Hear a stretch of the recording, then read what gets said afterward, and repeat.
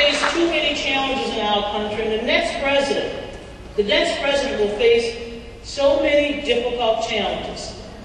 Yes, we need a president who will unify our country, who will help strengthen our economy, keep us safe and secure, and deal with the pressing problems we face as Americans. Not as blacks, not as whites, not as Latinos, not as Asians, not as gays, not as straight, not as seniors, not as veterans, not as disabled, but as Americans. We are all Americans, my friends.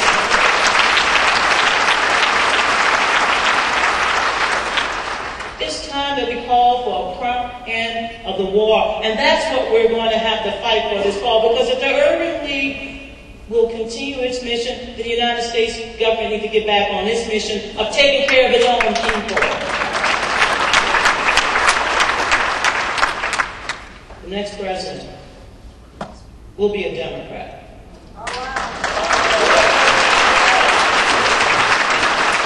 And I'm not saying that because I have a favorite.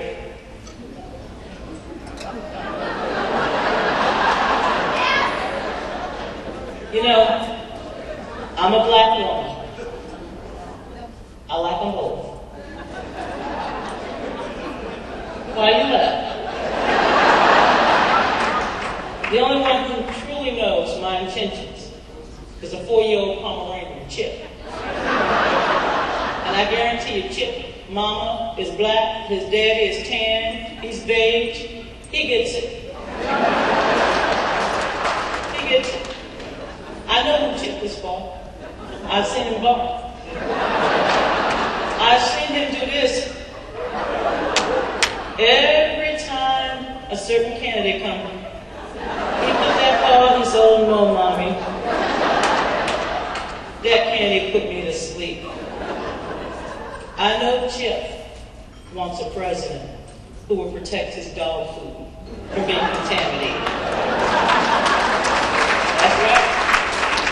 So on behalf of the Chips of the world, and those who are non-canine, I really want a president who understands that, yes, my friends, we are bitter in America.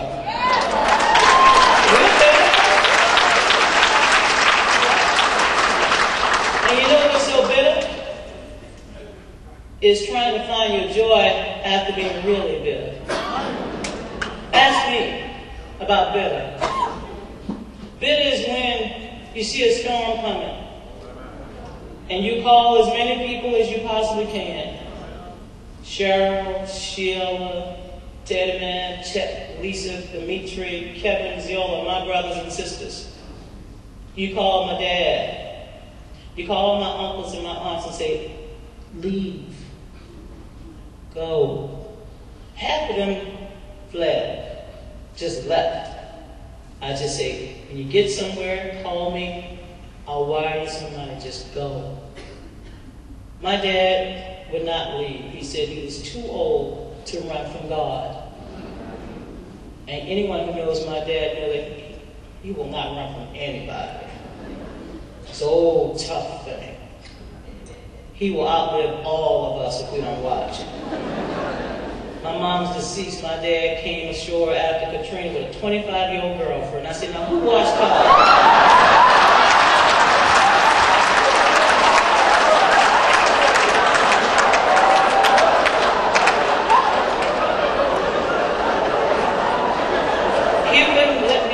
That crystal. I said, she's not coming. He said, yes, she will. I said, where'd you find her? She was at the shelter. I was trying to give comfort to those. I said, look, you were in that Kelly Air Force Base in San Antonio. They done rescued you, got you out, you're safe, and now you're saying you're reading palms. And you told her that she was in your future, or what? Vice versa? I tried to give her a scholarship to go to Baton Rouge Community College.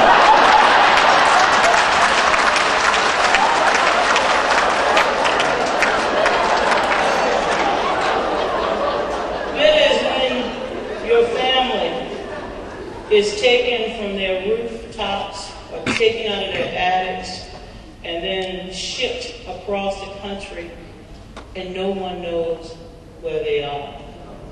Bitter is when they arrived at their destination, they were held like prisoners until someone came to get them. They couldn't just walk out. Bitter is when they finally got out the shelter and then they couldn't get back into their homes. Bitter is when they realized that there was no home to go back to. Bitter is when they know that their government is spending billions rebuilding another country, but won't spend a dime to rebuild their own city. So if some of us have a bitter taste in our mouth because we can't stomach gasoline rising faster than our paychecks, if we can't stomach the fact that fuel costs and food skyrocketing beyond our means. Bitter is when we know that when we call the White House and express our displeasure, the Vice President gets on the phone and he says, "So?" That's bitter. And so, my friends, let's not get distracted in this conversation in terms of whether or not we need the first black or the first female. We need a president who understands all our problems, who can lift us up, who can bring us together, and who will give America a second chance in the world. I want a president who knows that we can no longer afford to turn back the clock on civil rights and voting rights in our country. I want a president who knows that there's no such thing in our democracy of having hanging chairs and swinging chads are my favorite, pregnant chads. I want a president who knows that we got to count every vote and ensure that everybody who votes can cast their ballots, even if it's a provisional ballot. That's what I want to see in a president. And yes, my friends, I want a president who will rescind the tax cuts for the wealthy and say, yes, I'm going to do it. Because I want to stand behind a strong president, like the Urban League. So the Urban League can go to the White House and present its state of Black America. I want a president who will read it and understand it and not need someone to translate what poverty is in America.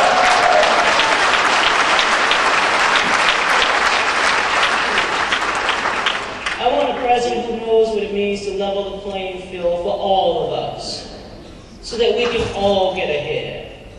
Every community has a shot at it. Every mayor knows that there's money coming from Washington to help them. When their cities are in crisis, when their bridges collapse, when the flood waters come, I want a president that doesn't need to send a commission or to reward Brownie or whatever his name. I want a president who will assemble a cabinet that looks like America, but more importantly, that understands America as well and understands her needs. I want a president who will ensure that we break up the cradle to the prison pipeline.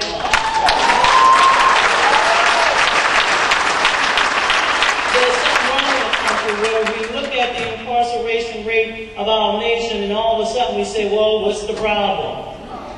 The problem is that we're spending billions of dollars keeping people behind bars, many of them for nonviolent crimes. Let's get them out, get them a home, get them a job, give them some training, and let them come back into society, give them back their voting rights, and get them back as states for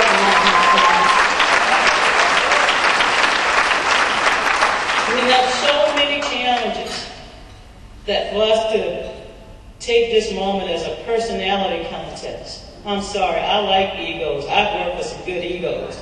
I've worked for some stand, some still candidates, some bland candidates. I've worked for candidates that once said that they were caught in bed with a live boy, a dead girl, they might lose.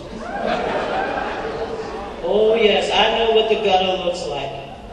But this is not an hour for gutter politics. This is an hour to lift people up. Too many of our fellow citizens are hurting. We've had 8 long years of indifference. 8 long years of a government that was not on our side, that were willing to give tax cuts and tax breaks for the wealthy Americans, that could bail out Wall Street, but when it came to Main Street, they cried broke and poor. I want a Congress that has spine and backbone. Because it's not just about electing a president. That president will need a strong Congress that when he says or she says says it's time to go, we're getting up, we all going. When it's time to invest in America, we're getting up, we're investing in America. When it's time to bring people together to solve problems so that no child is ever left behind, we solve our problems. We need each other. We need a strong Congress. We need a strong president, and we can make it happen.